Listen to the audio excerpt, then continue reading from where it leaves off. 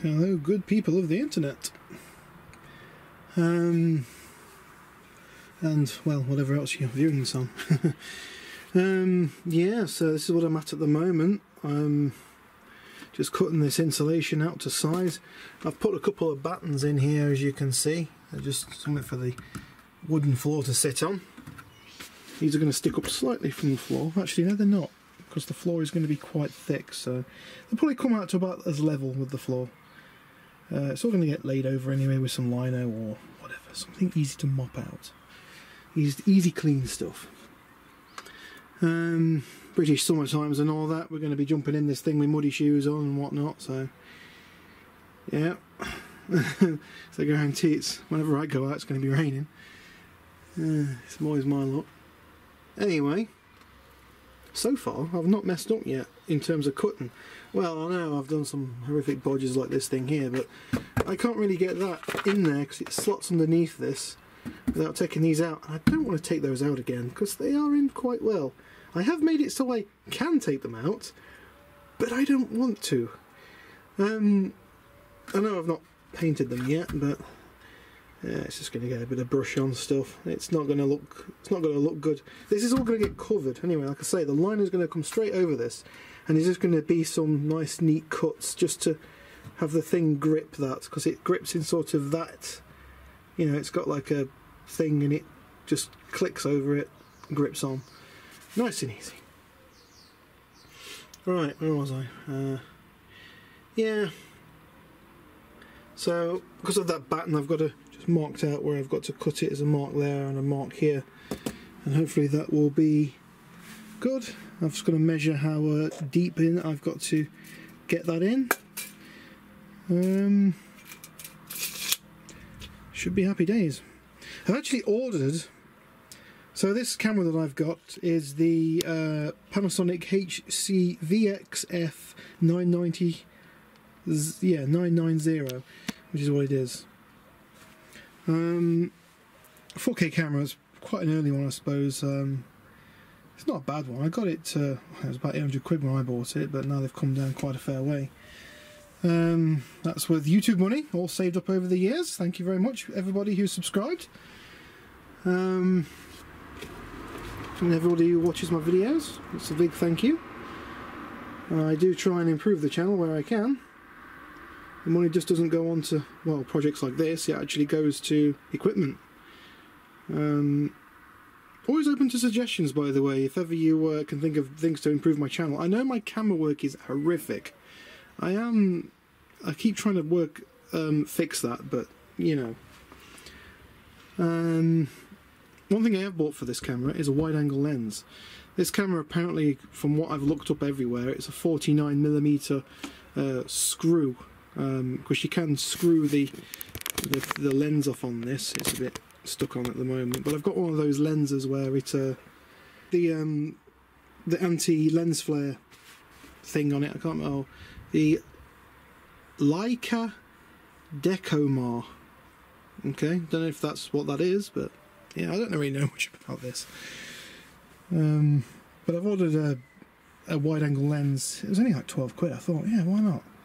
Pretty good going. UK as well, which is nice. Not going to wait for it to come from China. Hopefully it'll give me a bit more field of view, so I don't have to keep jolting the camera from side to side.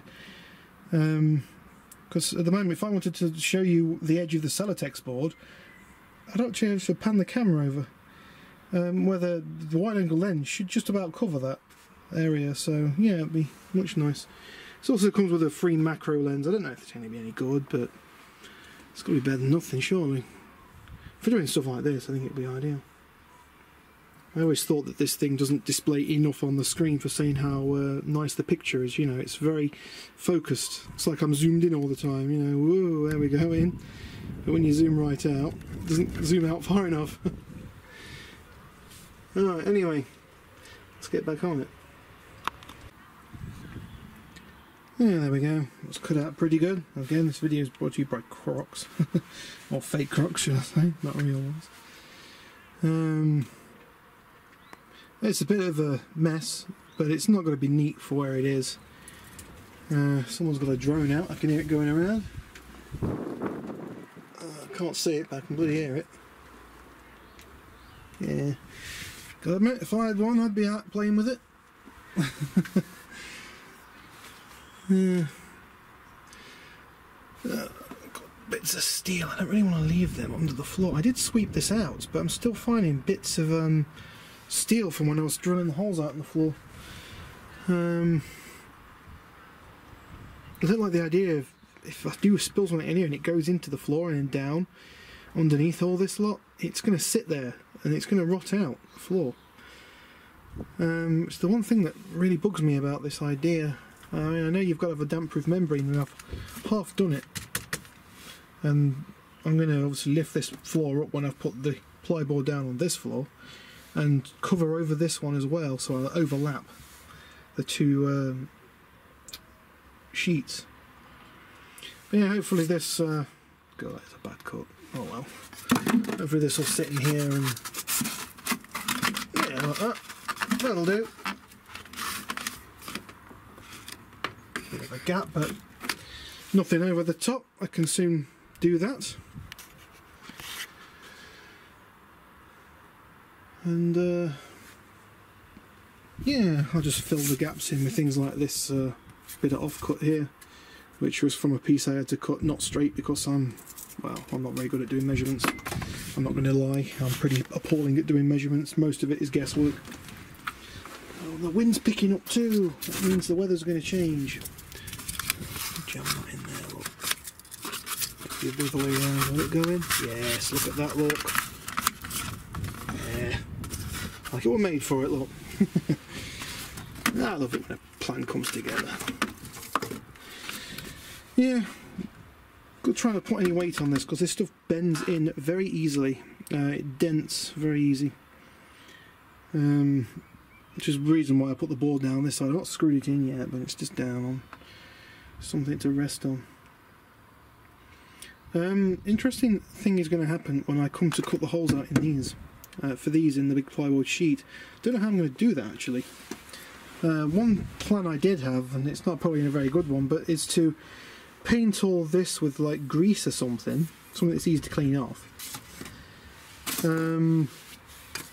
Just a fine bit of grease all around the edge, all of them, and then lay the sheet down on top, just do a quick and then lift it up, and I should have an outline of where these are, and then just trace around it with a marker pen or something, and then hopefully cut things out. How's that for a plan? Do you reckon it'll work? Comments below and all that. We'll see. Place your bets. Yeah. I don't know. Yeah, we'll see. Let's get this last piece in, and then whatever bits I've got left over can fill the gaps, like that gap just there, and I've got a gap up here I've got to cut out for. That one just here.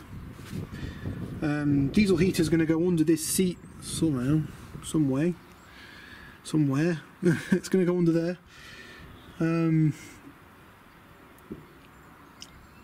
If I'd say it'll bloody fit, and it's going to exit out here somewhere, so I'm going to have to drill a hole through that and just have the vent poking out through it.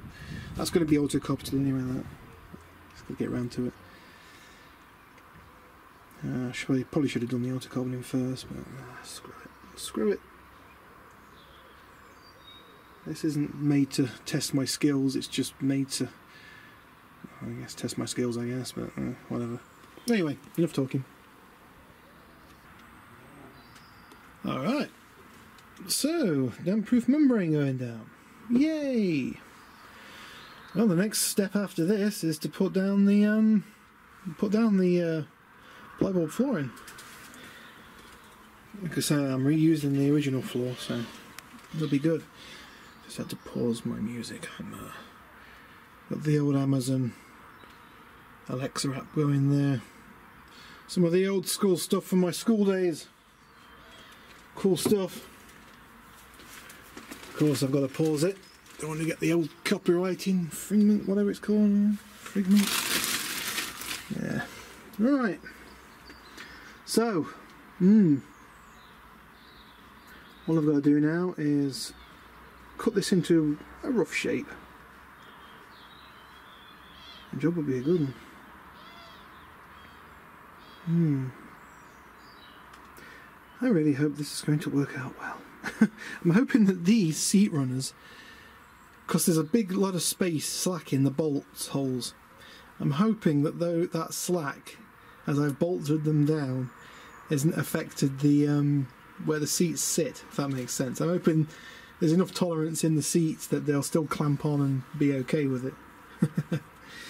Otherwise, I should really get the seats, which are currently buried under all that lot, and try them. You'll notice that the front runners and the rear runners are different spaces apart, and that is because, well, for starters, the seat runners on the front, the ribs in the floor are a different width apart from the ribs in the back. The cool thing is with the Transit Torino seats is that the runners are able to, well, the middle seat, which at the moment is my rear seat in this van, is a very narrow seat. Well, it's actually the same width as the other seats, it's just the runners are narrower, which is nice. Because they fit perfectly in the ribs, as you've seen in my previous videos. And obviously the side seat, one of the side seats, sits perfectly in, well, this one. So, pretty happy with that, to be fair. I'm hoping that, like I say, it's all going to bolt together and there'll be no problems. It'll be very good if there is no problems. So right, my job now is to cut all the excess off around the sides, lift this plyboard sheet up, move everything off here outside, lift this plyboard sheet up, spray glue underneath this after it's all been cut nice and neat, stick that down onto the plastic sheeting that's underneath this board, so it's overlapping, and then once I've cut all this out, it'll be folding the excess underneath this to try and keep it neat. I'm hoping that I'll be able to do the measuring for the plyboard sheeting to get these cut out perfectly. I'm really hoping I can actually get these cut out perfectly. So yes, good stuff. Okay, right. Just looking around, see what else there is to report. Nothing else. And yep, that'll do. Alright, see you in a second. Alright, so that's the other floor in. I've got to mark it obviously out by doing that thing I said earlier. But it fits still, which is good. And it's relatively even to walk on. I'll say that, look at the state of that. But I did make it so it just sort of sloped down to the door, and hopefully when it's screwed down that curve will bend itself into that, especially when the holes are cut out in there. But yeah, I'm happy with that.